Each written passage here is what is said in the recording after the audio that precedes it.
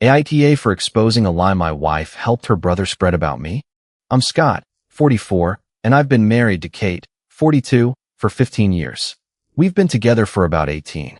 Before all of this, I would have described our marriage as steady. Not perfect, but steady.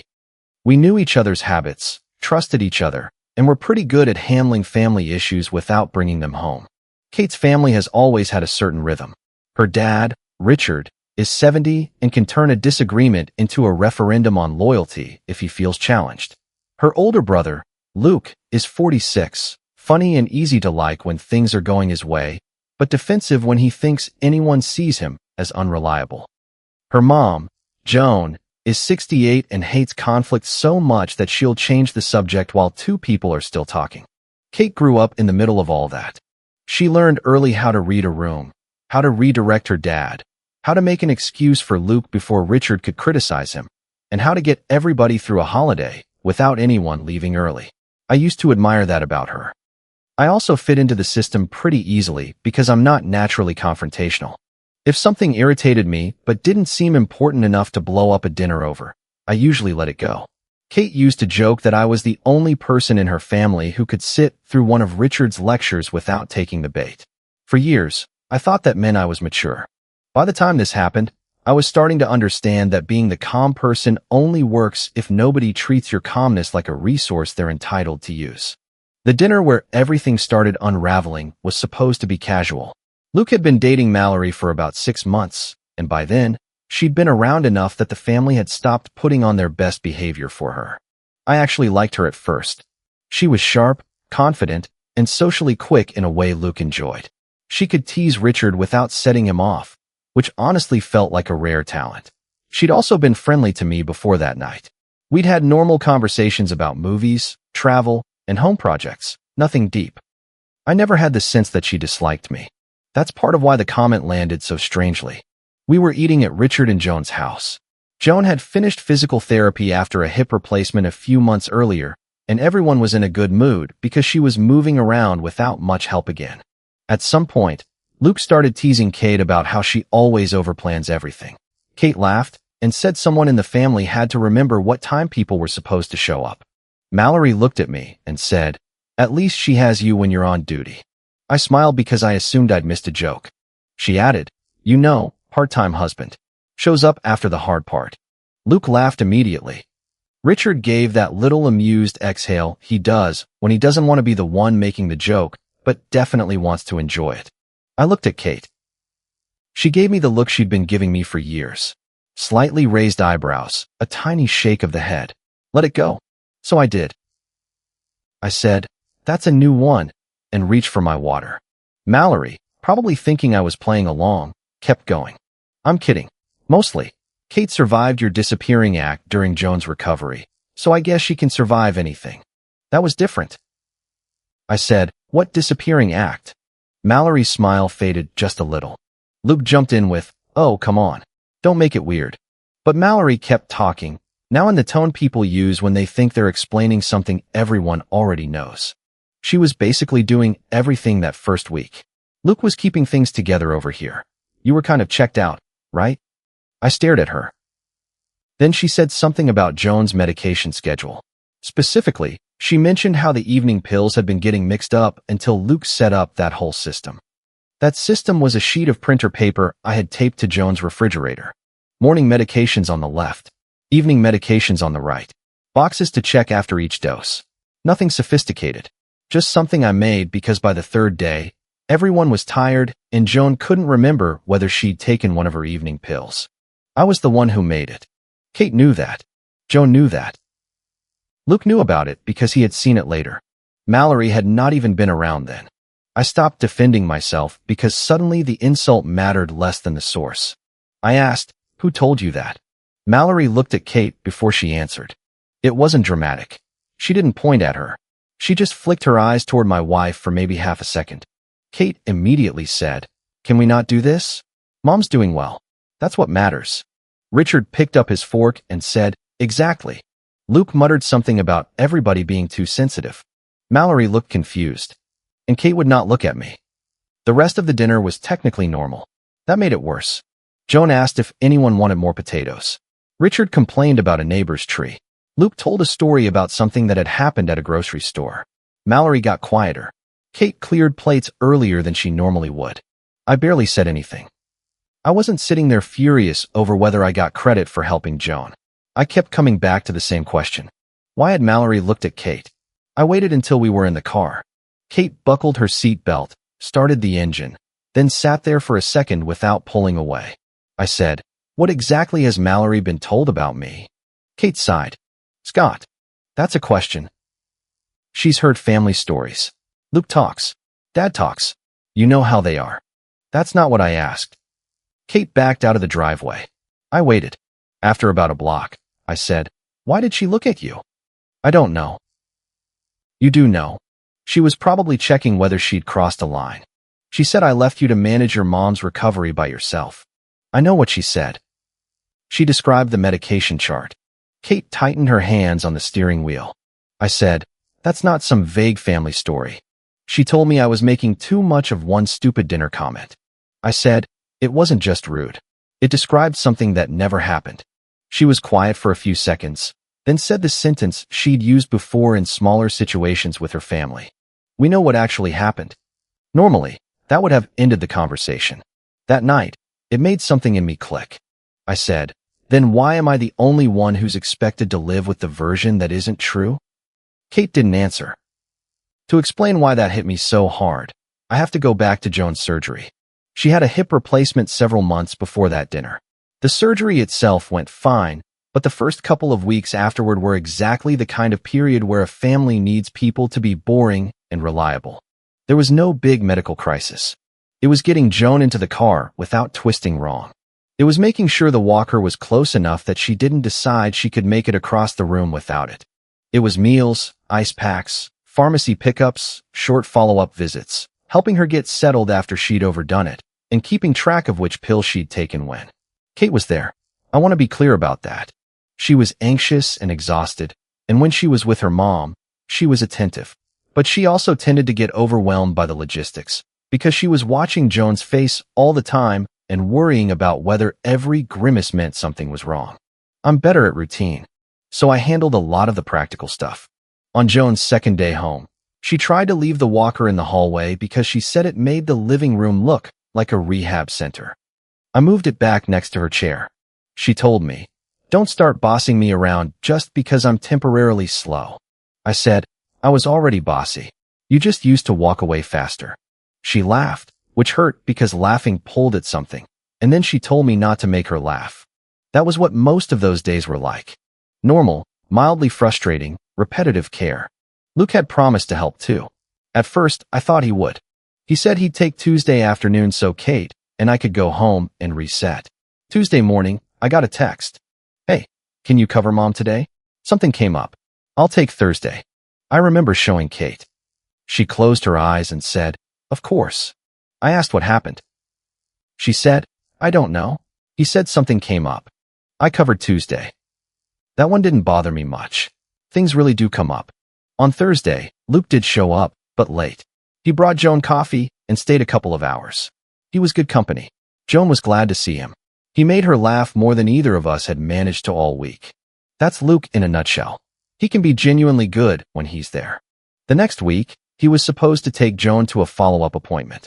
The night before, he texted me, "I hate to do this again. Can you take Mom tomorrow? I've got something I can't move." I asked, "What time are you free later?" He said he wasn't sure. I took Joan.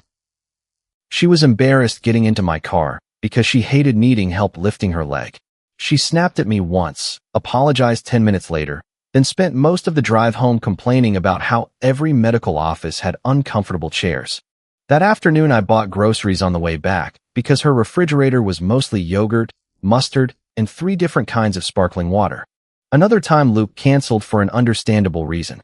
He had a friend dealing with something serious and had already promised to help him. Another time he just sent, "Can't make it tonight. Sorry." That one annoyed me. Kate called him, got no answer, then looked at me and said, "Can we just go over there?" So we went. At some point during those first few weeks, everybody got confused about Joan's evening medication. Nothing dangerous happened. We just had one of those moments where Kate thought Joan had taken something. Joan thought Kate had handed it to her, and I realized nobody was actually sure. That's when I made the refrigerator chart. The next morning, Kate texted me after I left for a few hours. "Thank you for taking over the rides and med schedule this week. I was drowning." I wrote back, "You're doing fine. We're almost through the worst part." I didn't save that text because I thought I'd need proof someday. It was just still there. The original decision to keep Luke's cancellations quiet happened after Richard noticed Luke had missed another visit.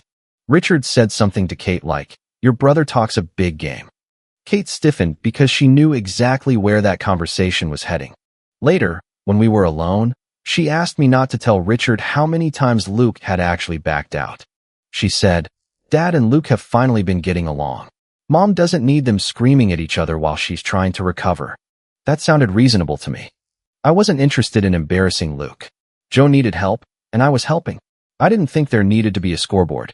Joan also asked me, separately, not to make a big issue of it. She said, "Luke feels bad." I remember thinking he didn't seem bad enough to stop canceling, but I kept that to myself. Joan added, "I just don't want your father-in-law using this as one more thing to beat him over the head with." So I agreed. At the time, I thought we were talking about temporary discretion. I did not think I was agreeing to a permanent alternate history. The story changed slowly enough that I didn't notice it at first. A few weeks later, Richard was talking to a relative on the phone and said something about how Luke had really stepped up after the surgery. I was in the room. Kate was in the room. Luke was not. I looked at Kate, and she shrugged slightly. I let it go. Another time, at lunch, Richard told Luke he'd proved he could be counted on when it mattered. Luke accepted the compliment.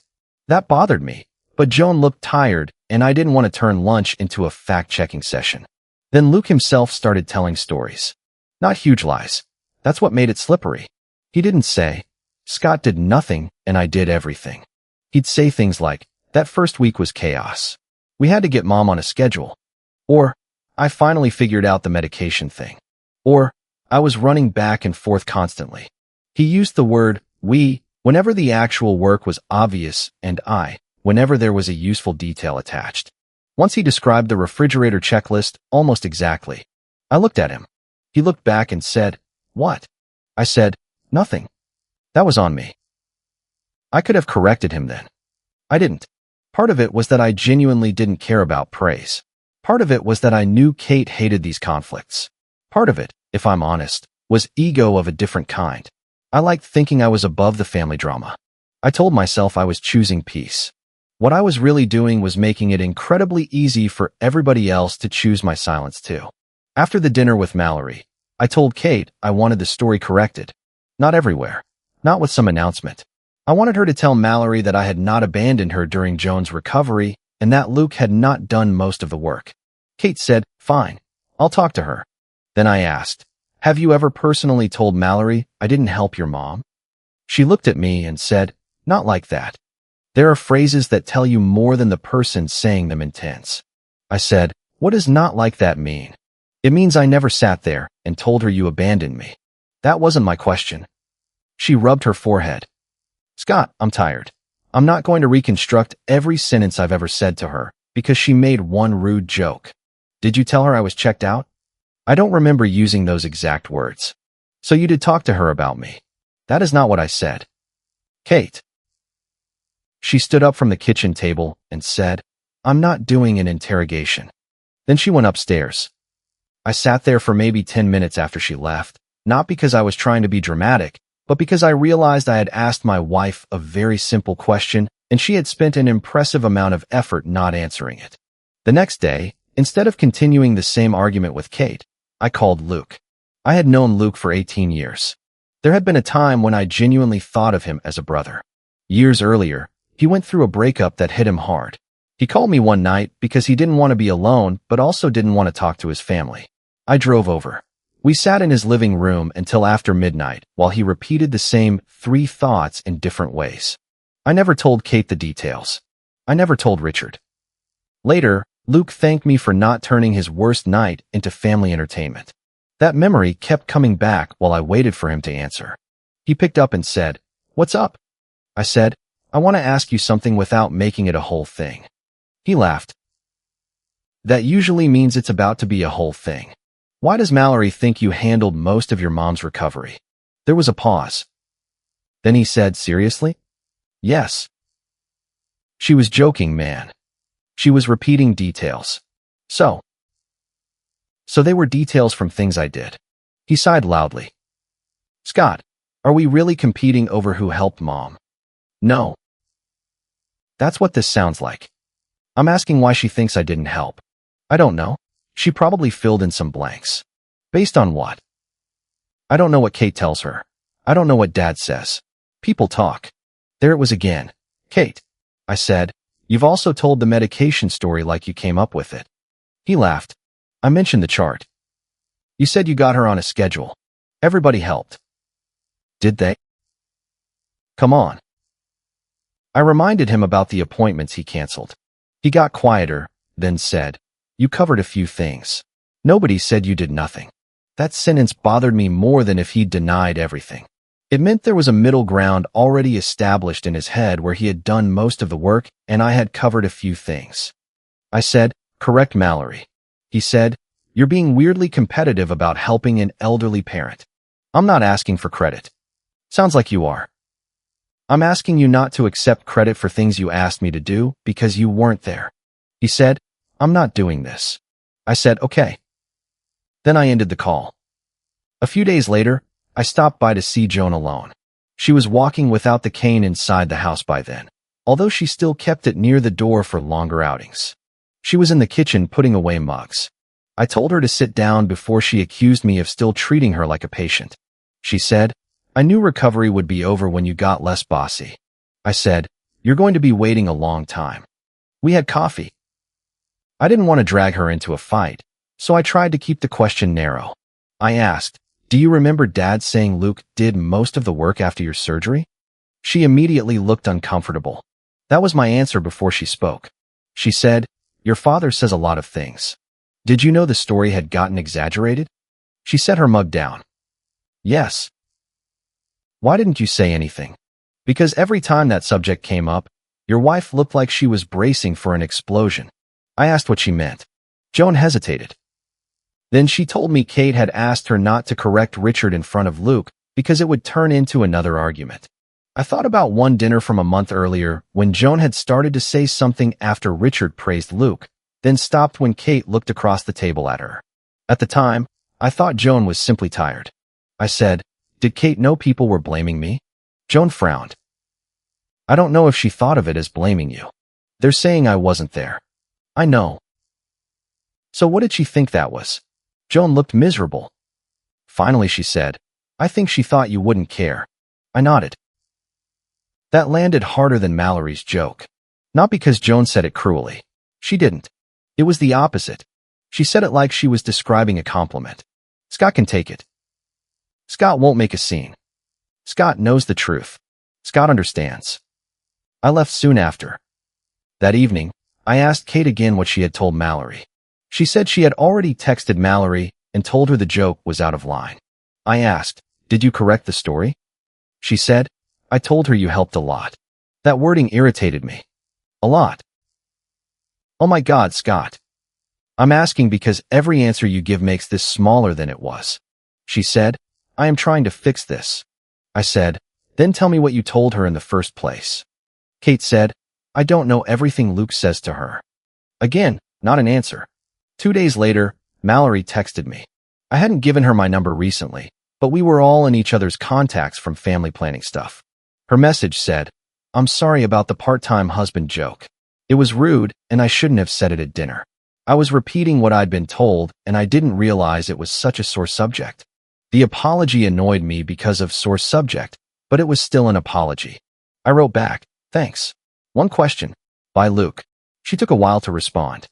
Then she sent, Luke talked about helping Joan, obviously. But Kate was the one who told me you were pretty checked out then, and Luke handled most of the recovery stuff. I read that sentence several times. Then I opened my old messages with Kate. I searched med. There was her text. Thank you for taking over the rides and med schedule this week. I was drowning. I sat at the kitchen table with my phone in my hand until Kate came downstairs. She saw my face and said, what? I handed her the phone with Mallory's message open. Kate read it. Her shoulders dropped. She didn't deny it. That was almost a relief. I said, "Tell me what happened." She sat down across from me. For a minute, she said nothing. Then she told me. A couple of months earlier, Mallory had confided in Kate that she was worried Luke might not be dependable. Nothing catastrophic had happened. He had apparently canceled plans, forgotten a commitment, and been vague about something he'd promised to take care of. Mallory asked Kate whether Luke had always been like that. Kate, trying to reassure her, brought up Joan's recovery. She told Mallory Luke had been great and had handled most of the recovery stuff.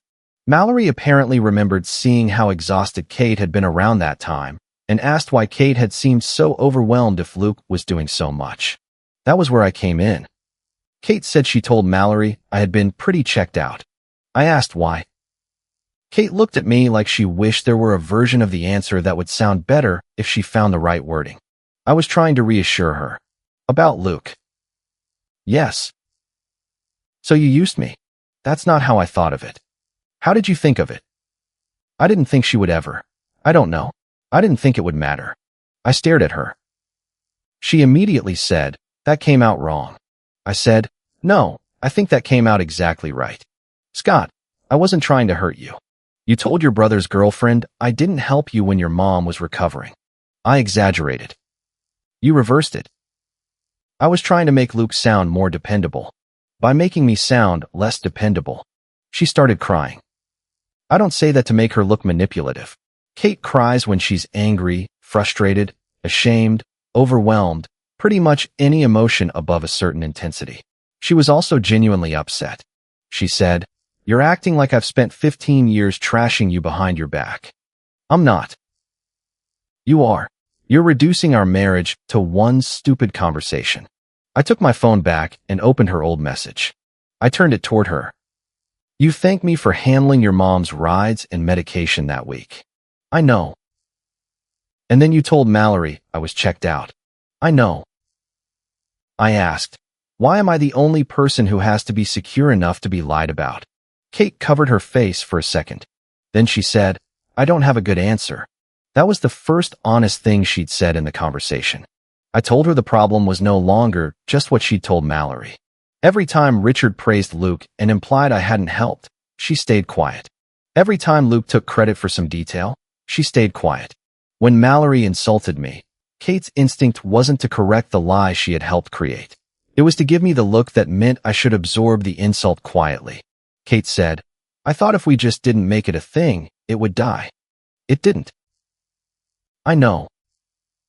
No. When it didn't, you still asked me not to make it a thing. She looked away. That was the moment the argument shifted for me. I wasn't furious because my brother-in-law had gotten praise. I was furious because my wife had decided that my reputation was the safest thing to spin when she needed to manage her family. I told Kate I wanted her to correct it. She asked, "With who?" "Luke. Mallory. Your dad. Your mom." "My mom knows." "Then tell her you were wrong to ask her to stay quiet." Kate said Richard would turn it into a fight. I said, "That is not my problem to solve." She flinched. I don't think I'd ever said that about her family before. She said, "Can I do this gradually?" "Yes, but I'm not sitting through another family dinner where someone gets to insult me based on this story. That's fair. If it comes up and you don't correct it, I will." She nodded. For the next couple of weeks, things between us were strained but not explosive. Kate did talk to Mallory. Mallory sent me another message, and this one was different. She said, "Kate, explain more. I owe you a better apology. I barely knew you, and I liked feeling like I was part of the family teasing. I should have stopped and asked myself why I was comfortable making you the punchline based on something I only heard secondhand. I appreciated that." I told her I accepted the apology. That did not make us friends. Kate also talked to Joan and apologized for putting her in the middle. But she did not talk to Richard. She did not talk to Luke. Every few days, I asked whether she had. Every few days, she said she was waiting for the right moment.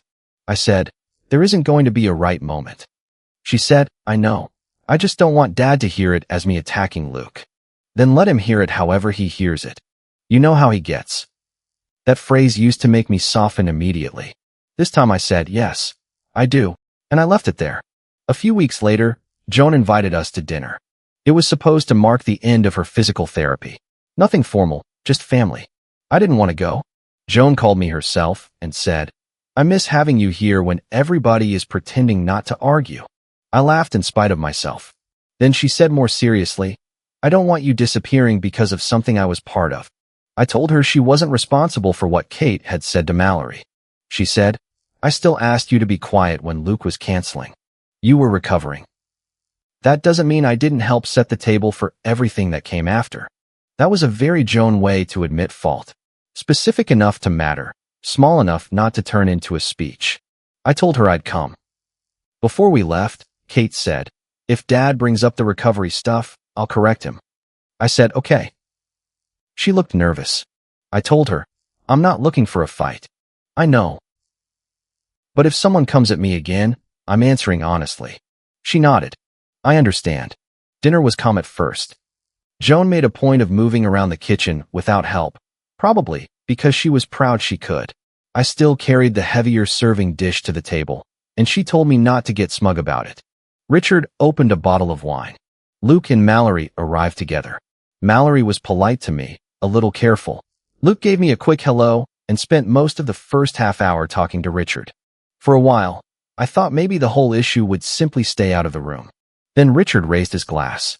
He said he wanted to toast Joan for getting through months of rehab and appointments without complaining too much. Joan said, that is an outrageous rewrite of history. Everybody laughed. Richard continued. He thanked Kate for being there, then looked at Luke and said, and you really showed what you're made of. When things were rough, you were the one we could count on. I looked at Kate. She looked down at her plate. I waited. Nothing. I said quietly, Kate. She barely moved her lips. Not tonight. I felt something in me settle. Not explode. Settle. There was never going to be a night that felt right to her, because right meant Richard wouldn't get defensive and Luke wouldn't get embarrassed. Those conditions did not exist. Mallory looked uncomfortable. She knew by then that Richard's version was wrong. Luke noticed. He said, what's with everybody's faces? No one answered. Then he looked at me and said, half joking, Scott's still mad some people don't get medals for helping. I said, I'm not mad about a medal. Richard said, good, because family doesn't keep score. Kate said, Dad. I thought maybe she was finally going to do it. Instead she said, can we just finish dinner? Luke leaned back and said, seriously, what is this? I helped Mom. Scott helped. Kate helped. Apparently we need percentages now. I said, how many follow-up appointments did you take her to? The room got quieter, but not theatrically silent. Richard kept eating. Joan stopped reaching for the salad. Mallory looked at Luke. Luke said, what? How many follow-up appointments did you take your mom to? I don't remember. You've told the story enough times. He frowned. I don't know. A couple. Joan looked down. I said, which ones? Luke's voice sharpened. Why are you doing this? Because you keep telling people you handled it. I did handle things. Which appointments? He said, everybody helped. I said, okay. What about the medication schedule? What about it? You've said you got your mom on a schedule. I helped with it. You saw a checklist on the refrigerator. He stared at me. Richard put his fork down. We're not doing this at the table. I looked at him. Then stop praising him at the table for things he didn't do. Richard said, you made your point. Luke laughed once, but there was no humor in it. No, let him go. Apparently he's been keeping a file. I haven't been keeping a file. You're quoting appointments from months ago. I remember because you asked me to cover them. Luke said, I asked you to help a couple times. I pulled out my phone. Kate said, Scott, stop. I looked at her. You said you were going to correct this. This is Mom's dinner. I know. Then stop. Luke said, see? Even Kate thinks this is ridiculous. That was what pushed me past the last bit of restraint I still had. I opened my messages with Luke. I did not scroll through months of texts like I was presenting evidence in court. I searched his name and a couple of words because I knew the messages existed. I read one. Can you take Mom tomorrow? I've got something I can't move. Then another. Can't make it tonight. Sorry. Then the one that said, I hate to do this again. Luke interrupted. Oh my God. I said I missed some things. I said, that's all I'm saying. No, you're trying to make me look like a terrible son. Joan finally spoke. No. Everyone looked at her. She said, he isn't. Luke said, Mom. Joan shook her head. Scott was there constantly. Kate was there as much as she could be. You were not there nearly as often as everybody later pretended. Luke's face changed. Not rage. Embarrassment. He said, so now I'm a bad son? Joan said, I'm not calling you a bad son. I'm saying Scott was there. Richard rubbed his forehead. This is exactly what I did not want tonight. I said, neither did I. He looked at me and said, then why are you doing it? I almost answered, but Mallory spoke before I could. She said, because I said something to him based on what I was told. Luke turned to her. Mallory, stay out of it. She said, I'm already in it. Kate closed her eyes. Mallory continued. I thought Luke did most of it because that's what Kate told me. Nobody spoke for a second. Then Richard looked at Kate. What? Kate said, it was one conversation. I said, Kate. She looked at me. I didn't need to say anything else. She took a breath and said, I told Mallory Luke had handled most of Mom's recovery. Richard frowned. Why would you say that? Kate laughed once, bitterly. Because she was worried Luke wasn't dependable, and I was trying to defend him. Luke said, you didn't have to defend me. Mallory looked at him. Kate said, apparently I thought I did. Richard asked, and what does Scott have to do with that? Kate looked at me. Her face crumpled a little. I told Mallory Scott was checked out around then. Joan said, very quietly, Kate. Kate nodded. I know. Luke said, this is insane. Why are we all acting like this is some betrayal? She was trying to help me. I said, by lying about me. He said, you know what you did. Why do you care what Mallory thought? That was so close to Kate's old argument that I almost laughed. Instead I said, because apparently everybody else gets protected from being seen badly, and I'm supposed to be secure enough not to care. Richard said, enough. I looked at Kate. I asked, when I was actually affected by it, what did you do? She opened her mouth. Nothing came out. That was the real end of the argument for me. Not the texts. Not Joan confirming the appointments. Not Mallory naming Kate. Kate simply had no clean answer to why, after she saw the lie reach me, she still wanted me to absorb it. Richard stood up and started clearing plates. He does that when he wants a conversation to be over without admitting he doesn't control it. He said, this dinner was supposed to be about your mother. He looked directly at me. You turned it into this. I said, you're right about one thing. Joan did not deserve this tonight. Joan said, Scott. I looked at her. I'm sorry for the timing. She nodded once. I turned to Richard. But I'm not apologizing for correcting it. He shook his head. You could have handled this privately. I tried. That doesn't mean you blow up a family dinner. I said, you keep calling it peace because I'm usually the one paying for it with silence. Richard looked furious, but he didn't yell. He just said, you made your point. I stood up. Kate said, Scott, please. I told Joan good night. I thanked her for dinner. Then I left. I drove home alone. About 40 minutes later, Kate came in. She put her keys on the counter harder than necessary. I was sitting in the living room. She said, you humiliated me. I said yes. She seemed thrown by how quickly I agreed. You didn't have to do it like that. No. So you admit it? I could have waited until tomorrow. Then why didn't you? I thought about lying. I thought about saying I had no choice, that Luke forced me, that Richard forced me, that it was purely self-defense. But that wasn't completely true, I said, because by the second half of that dinner, part of me wanted all of you to feel what you kept asking me to feel quietly. Kate stared at me. That's punishment. Partly. She sat down across from me. For a while, neither of us said anything. Then she said, do you have any idea what it was like growing up with Dad and Luke constantly setting each other off? Yes. No, you don't. You're right. I didn't grow up in it.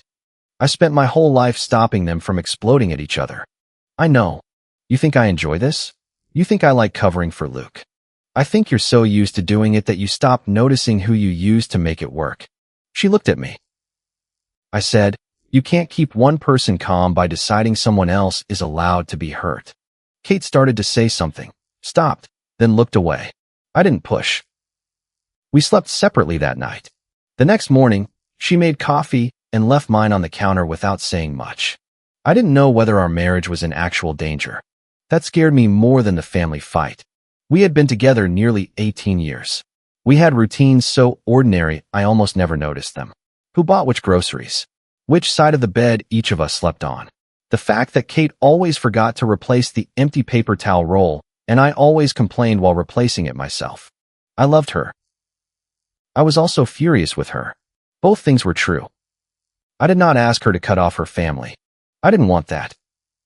Instead, I told her I was done with a few specific things. I would not coordinate plans between her and Luke.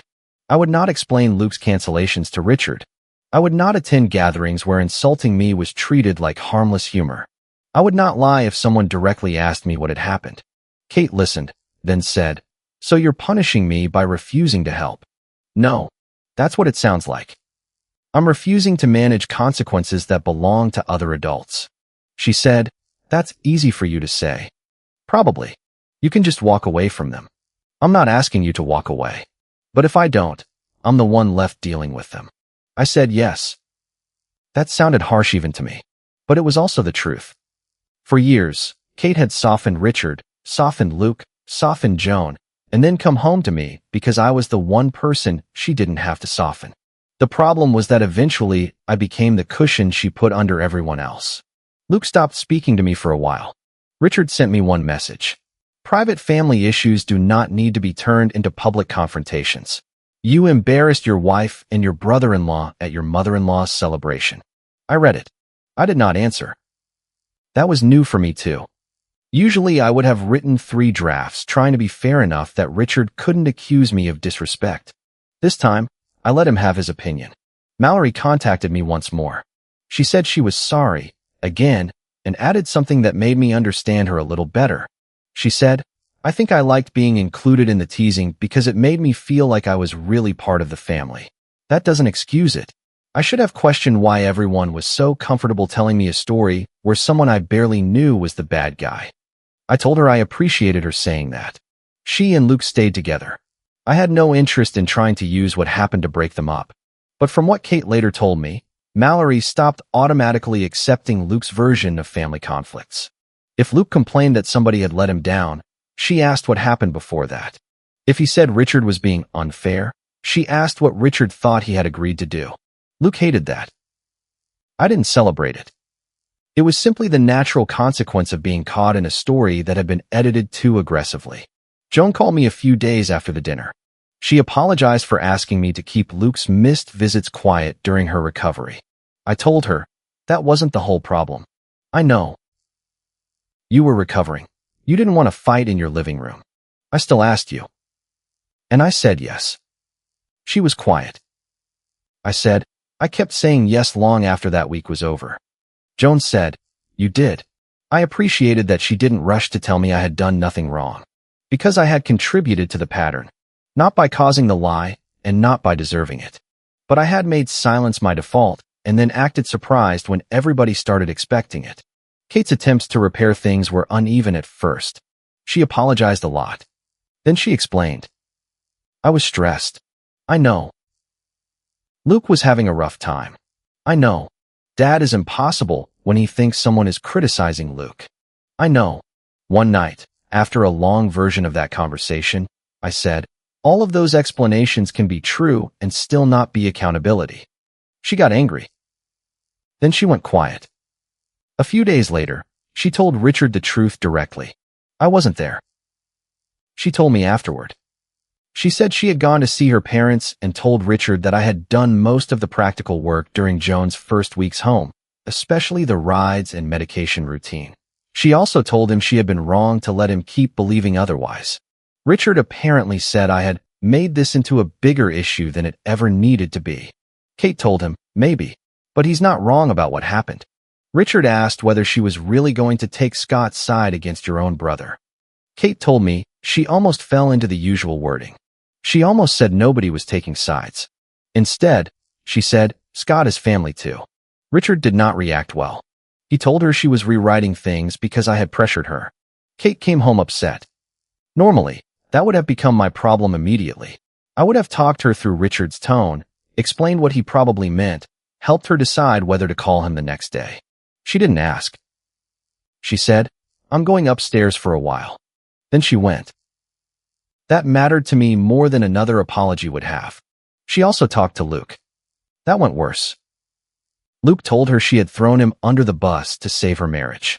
Kate told him she had thrown me under the bus first. He said, that's dramatic. She said, it's accurate. He accused her of choosing me over family. That was when she told him, Scott is family too. Luke stopped answering her calls for several days. Kate let him. That was probably the first time I saw real change instead of regret. My relationship with Richard never returned to what it had been. We had never been especially close, but we'd had an easy enough rhythm. He'd ask me to help move something heavy. I'd listen to him complain about contractors. We'd disagree about trivial things and move on. After the dinner, there was a layer of distance. He was civil. I was civil. But he clearly believed that even if my version of Joan's recovery was accurate, the way I forced the issue made me disrespectful. I can live with that. My relationship with Luke changed more. That hurt. I missed the version of him who had once trusted me enough to call at midnight after a breakup. I missed random texts about sports and stupid videos. I missed feeling like I had a brother-in-law who was also a friend. For a while, I kept thinking maybe he would eventually call and say, yeah, I let that story get out of hand. He never did. The closest he came was telling Kate, months later, I guess I should have corrected Mallory sooner. Even that was framed like the problem started with Mallory. Joan stayed in my life independently. That was different too. Instead of assuming we would all see each other at the next family dinner, she started calling me directly sometimes. We got coffee once without Kate. She asked whether that was weird. I said, only if you're planning to make me tape another medication chart to something. She told me I had one joke and had gotten too much mileage out of it. Kate and I stayed married. But the marriage did not snap back into place after the apology. Trust is strange when the betrayal isn't about romance, money, or some obvious secret. I still trusted Kate not to cheat on me. I trusted her with our home, our plans, the ordinary pieces of our life. What I stopped trusting automatically was that she would protect our marriage when the pressure came from her family. For a while, that made small disagreements feel bigger. If Richard made a comment, I watched Kate's reaction. If Luke canceled something, I wondered whether she would make an excuse. If she said, it's not worth a fight, I heard all the old versions underneath it. That was exhausting for both of us. I also had to look at something about myself that I didn't enjoy. I had spent years thinking my silence made me better than the chaos. Sometimes it did make me more reasonable. Other times it made me passive. There's a difference between choosing not to fight and refusing to say when something hurts because you like being the person who never needs anything. I had done that. Then I had waited until the resentment was strong enough that I could justify blowing the whole issue open during Joan's celebration. I still think I was right to correct the lie. I'm less certain I was right to choose that exact moment. Those are different questions. Months passed. Kate got better at saying things earlier. Not perfectly. Once, Luke called her furious because Richard had criticized him for canceling plans. Kate started to tell Richard that Luke had been overwhelmed. Then she stopped herself.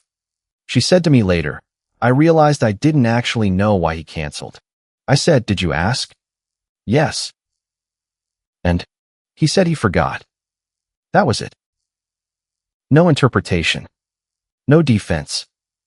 No attempt to make the facts nicer. It sounds small because it is small. That was what change looked like in our house. Small things done differently. I changed too.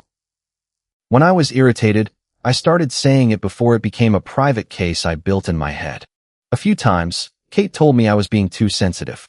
A few times, I told her she was minimizing. Sometimes we were right about each other. Sometimes we weren't. But at least the argument happened when the problem was still the size of the actual problem. About 6 months after the blow-up, Joan invited us to a smaller dinner. Just Richard, Joan, Kate, me, Luke, and Mallory. I almost declined. Then I decided I didn't want my boundary to turn into permanent avoidance. So we went. The atmosphere was awkward, but manageable. Luke and I talked about something neutral. Mallory asked Joan about a trip she wanted to take. Richard mostly behaved like nothing had ever happened, which was probably the best he could offer. At one point, Richard looked at me and said, "You've been keeping your distance these days." It wasn't exactly an attack. It also wasn't neutral. In the past, that would have been the moment Kate squeezed my knee under the table. That had been our signal for years. Let it go. I waited for it without meaning to. She didn't touch my knee. Instead, she looked at her father and said, "Dad, he isn't keeping his distance for no reason." Richard's expression tightened. For a second, I thought he was going to start the whole argument again. He didn't. He said, "I didn't say he was." Kate replied, "Okay." Then Richard changed the subject and asked Luke something about his car. Nobody apologized. Nobody hugged. Nothing was fully repaired. But I noticed the absence of Kate's hand on my knee. For years, I had understood that little gesture as partnership. She knew I was irritated. I knew she wanted peace. I would swallow the response, and we would move on together. Now I understood that sometimes the gesture had meant something else. It had meant I was the easiest person in the room to ask for one more concession. That night, she didn't ask. She handled her father herself. I didn't need to pull out my phone. I didn't need to prove anything. I didn't need the whole table to agree with me. We finished dinner, helped Joan clear the plates, and left at a normal time. Luke is still distant from me. Richard is still colder than he used to be. Mallory is civil, and that's enough. Joan and I talk regularly. Kate and I are still married, but back to normal stopped being the goal somewhere along the way. The old normal depended too much on me being the person who would understand, forgive, cover, absorb, and say nothing because everyone knew I could take it. Now, when something matters, I try to say it while I'm still calm enough to mean only what I'm saying. Kate tries to let her father or brother be uncomfortable without immediately finding someone else to carry that discomfort for them. Neither of us is perfect at it, but the family's old arrangement doesn't work as smoothly anymore. And that is probably the most honest ending we were ever going to get. If you liked it, don't forget to leave a comment and support the channel by subscribing. See you in the upcoming stories.